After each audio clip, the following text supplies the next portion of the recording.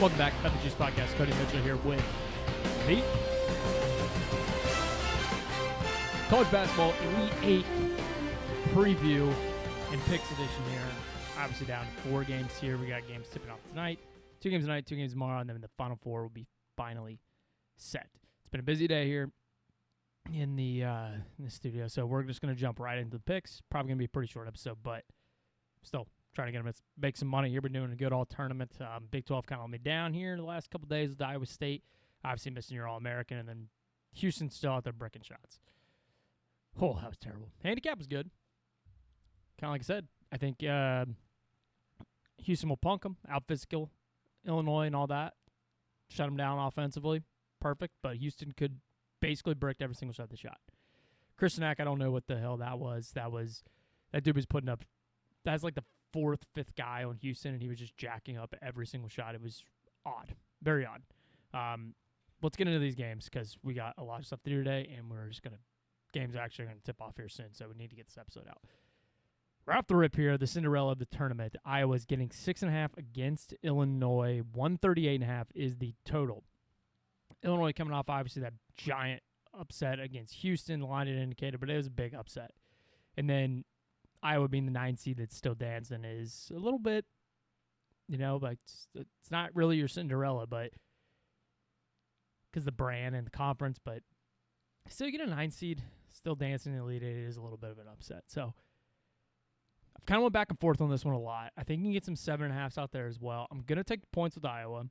Essentially the same handicap I have for Florida that we cashed on. We even gave out the money line cash on that one too, which I think the money line is live here as well. Yeah, Illinois is big, Illinois is physical, but, so is Florida. And Iowa was able to control the tempo. They slowed the game down, made Illinois play their brand of basketball.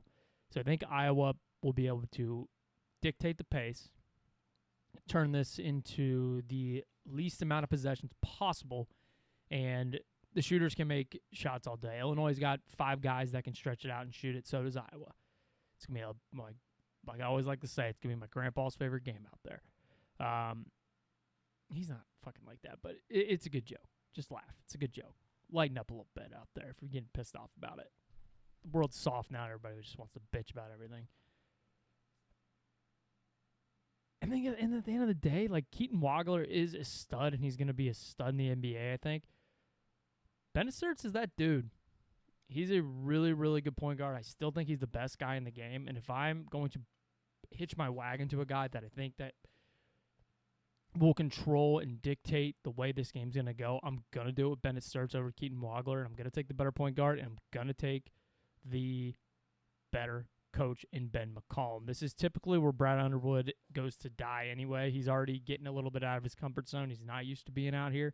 I know we got here a couple years ago, but what happened there? UConn were like a 35-0 run and ran him out of the gym. I don't know if Iowa wins this game, but I do think they slow it down enough and keep Illinois' possessions limited so much. And if Illinois is not knocking down their shots, Iowa's going to make them, and we'll be able to stay in this ball game. I will sprinkle a little bit on the money line, though, but I don't know if it comes through, but I really, really do like the points here with the Hawkeyes. Late game, Purdue and Arizona. Purdue is getting 6.5. You can still get a 5.5 out there on FanDuel. Total is sitting at 151.5. I'm not going away from it, man. I'm going to bear down here. I thought Arizona has been the best team all season long. I thought they were the best team from literally the start of the season to the end of the season. We saw exactly what they did against Arkansas when everybody was in Arkansas. We laid the points. I think it's another very good example of people maybe getting a little too cute with wanting to back Purdue here just because they are, senior-ridden. The guys have been through the wars here, but Arizona's so fucking good. They got the advantage in the front court, which Purdue's not used to. Their guards are more athletic. The guards are probably more skilled. Like, Braden Smith does scare me because he is able to control the pace, and he is going to the tempo. He'll play at his own speed. But I just think there's too many horses that Arizona has, too many weapons. And Tommy Lloyd's kind of erasing those demons, man. He's got this team rolling. They've been cruising all the way through. I think Arizona's going to fucking roll here. I'm going to alt-line this as well. We already got the 5.5. I'm willing to do 7.5, 9.5, 12.5. I think Arizona's going to absolutely maul Purdue. they're so good, they're so physical, and they're so talented. They got answers for basically everybody on the court. So bear down here. You can give me the Wildcats. Next up, we got Tennessee and Michigan. I'm going to do it. I'm going to take the points with Tennessee. Nobody wants to be on Rick Barnes but me. Took me against Iowa State to cover. They won the game outright. Broke my heart. But he is so fucking due for another Final Four, man. That is 3 straight Elite Eights. The old narrative that Rick Barnes in March needs to be erased. Like, when you go to a Sweet 16, Elite 8, Elite 8, Elite 8, we got to stop with this Rick Barnes in March shit. He is so fucking due to get to a Final Four. Problem is, I don't think they win the game. I don't. I think Michigan's going to go to the Final Four. But I do think Tennessee hangs around a little bit longer than they should. And, I mean, Michigan's front court is super physical. They're really, really good on the boards. But so is Tennessee. Tennessee's one of the best rebounding teams in the country. I think they can just kind of go toe-to-toe with them on the glass. And Jacoby Gillespie, man, he's a dog. He's a dog in March. He's the guy you kind of want to back. You need those kind of guys during this time of year. And I think he makes some open shots. They make the plays down the stretch. Coaching advantage still Rick Barnes. I don't care what anybody says about Dusty May. Rick Barnes is still a certified stud. I think Tennessee hangs in here. I don't think they get the win. I don't. But I think Michigan wins this game by 5. Michigan's kind of been playing with their food a little bit too. Like, between Tennessee and Alabama, I think Tennessee's a better team. Alabama might have had a better regular season, but Tennessee's hitting it all cylinders right now. Give me the balls. I hang around in this game, but Michigan ends up winning and going to the Final Four. And then the last game on the slate here, we have UConn getting 5.5 against Duke. Duke with Caleb Foster is a different beast. That was a lot of my handicap for putting St. John's in the Final Four. There was no Caleb Foster. Well, Caleb Foster came back. Duke got every call, and Caleb Foster played out of his mind. He had one of the best games he's played all year coming off of a injury.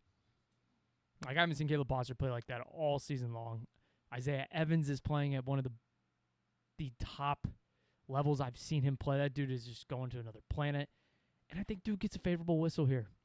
And I know DC's got a lot of UConn fans, but this is going to be a Duke crowd. Maybe not as much as like the Michigan crowd against Alabama, but this will be a pro-Duke crowd. And I think they ride the momentum of that. And I still think UConn's got a lot of deficiencies. And yes, Duke has their holes, but this is another team that's just been rolling. This is a team that beat Michigan earlier in the season when they were fully healthy.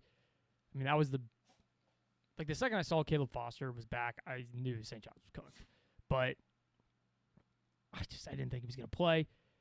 Duke fully healthy is probably the second best team in the country, and UConn still got some flaws. So, I mean, I'm proud of St. John's for fighting in that game because, like I said, as soon as I knew Caleb Foster was back, I thought we were cooked. St. John's had a 10-point lead. They blew it. Duke got a lot of favorable fucking calls down the stretch that St. John's didn't get to go their way, but it is what it is. But here, I think Duke's going to blow them out. I think it's going to be a 10-point win here for Duke, and Duke goes to the Final Four. I mean, Hurley, yeah, he's a really, really fucking good coach, but John Shire hasn't won the big one yet, but John Shire's a fucking mastermind. That dude knows how to coach basketball. I think Duke easily rolls in the spot here. It's going to be a lame last game in the Elite Eight before we get to the Final Four, but it is what it is. This is another one. Probably going to play a little bit of outline action here because we're running out of games, but give me the Duke Blue Devils to advance to the Final Four. All right. We'll be back next week, and we will recap the Elite Eight action, and then we will have Final Four picks. Until then, I'll see you guys. I'm out of here.